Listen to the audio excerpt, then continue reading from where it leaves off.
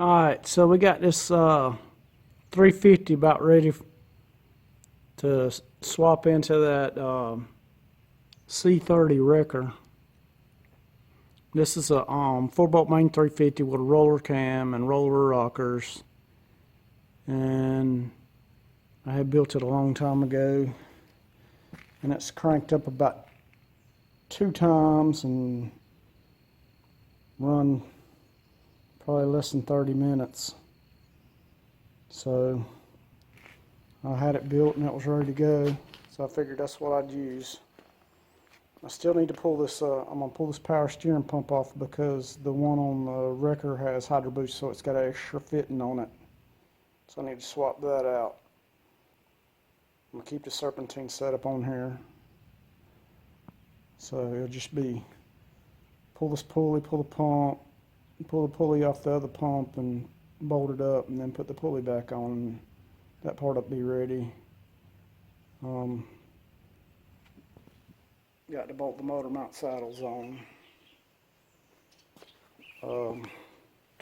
That's pretty much it. I got a set of old chrome valve covers that I just had laying around.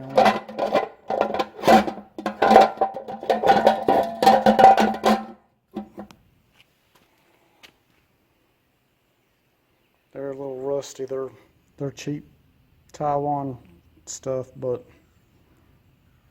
you know, they aren't bent. They'll hold the oil in. They look pretty cool.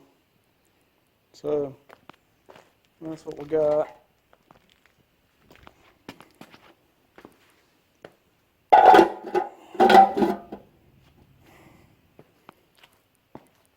But it ought to be a heck of a motor for a wrecker.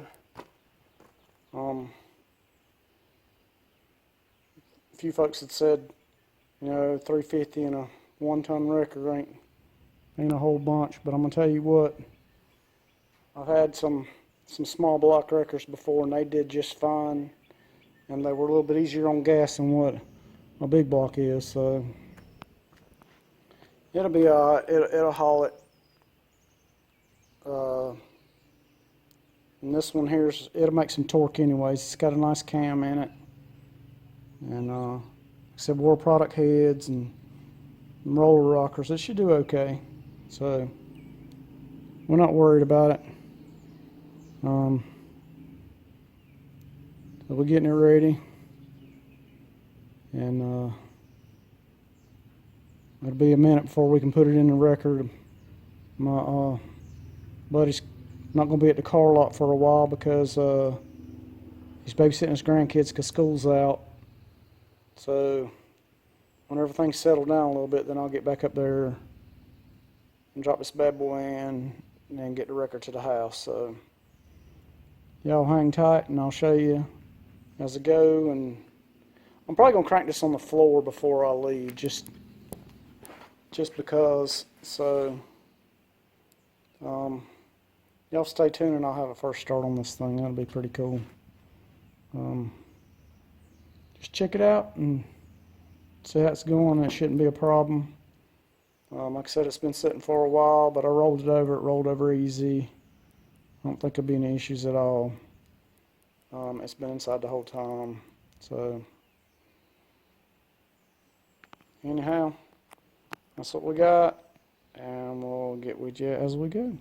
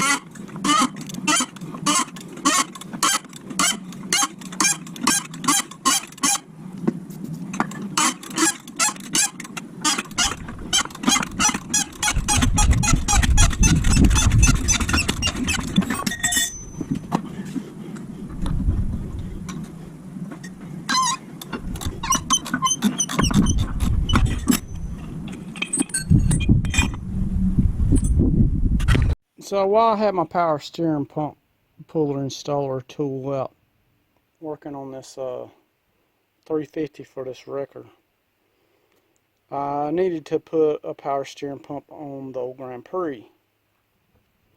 And I've put a 6-liter in it, and so we need the new style pump, which runs an O-ring pressure line. Now I've seen a lot of guys, they'll go to a shop and have them make a custom line to go from the early flare style fitting to the late model O-ring style fitting. But if you want to use your original power steering box, if you have an old pump, this pressure switch right here, it unscrews. And if you look at this pressure switch on the old style box, they're the same. So what we're going to do is switch this pressure switch up,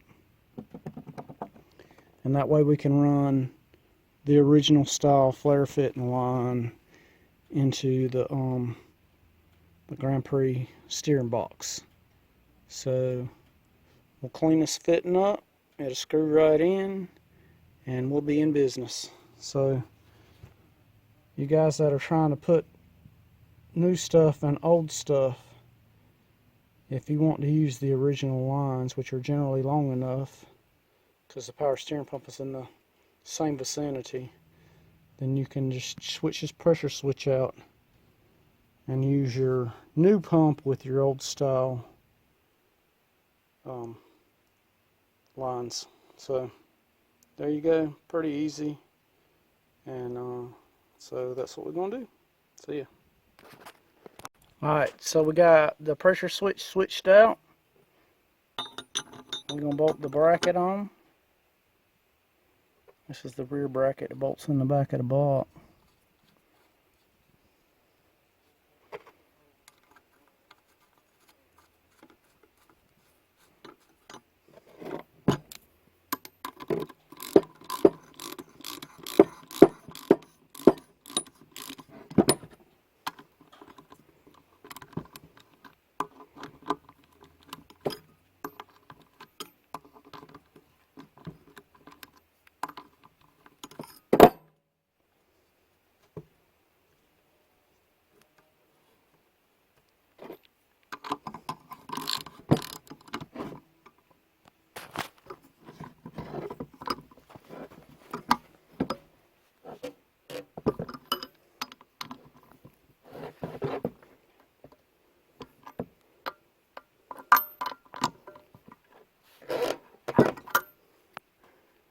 Alright.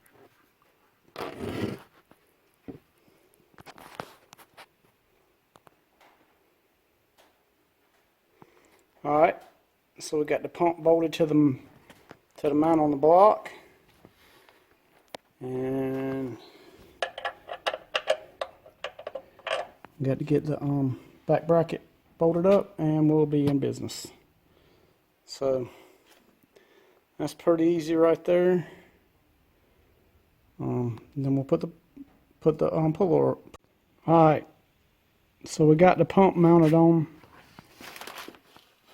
and got the back bracket bolted on, and we got a adapter for the puller screwed in the pump here, right here. So we're going to put the pulley on, and we've lubed this pulley up a little bit, try to help ease it on.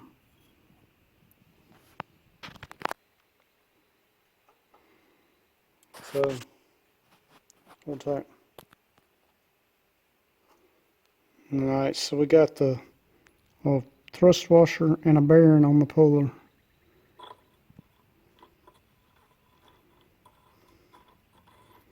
I'm going to thread all this in there.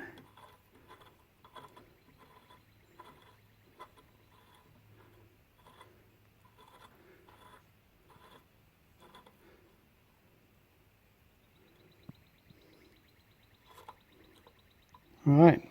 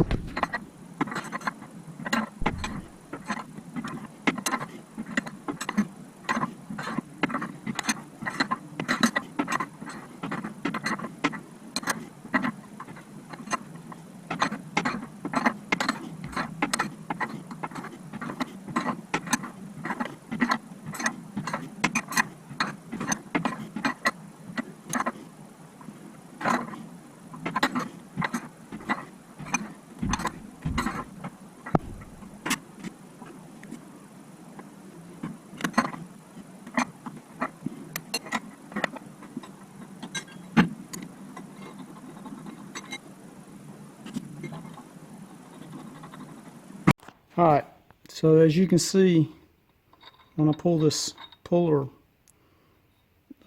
stud out, it's flush with the pump, so it's all the way on. We put the belt on there to kind of hold the pulley. It was killing my hand trying to hold it by hand, so we stuck the belt on here to help hold it. Still had to hold it with my hand a little bit, but there you go, it's on. Ready to go. So that's how you do it. It's not a hard process, it just needs the proper tool. I bought a cheap tool from Harbor Freight. If you take care of it, it'll work good. Just keep everything lubed up and don't use the impact on it. But that's what it looks like. Works good.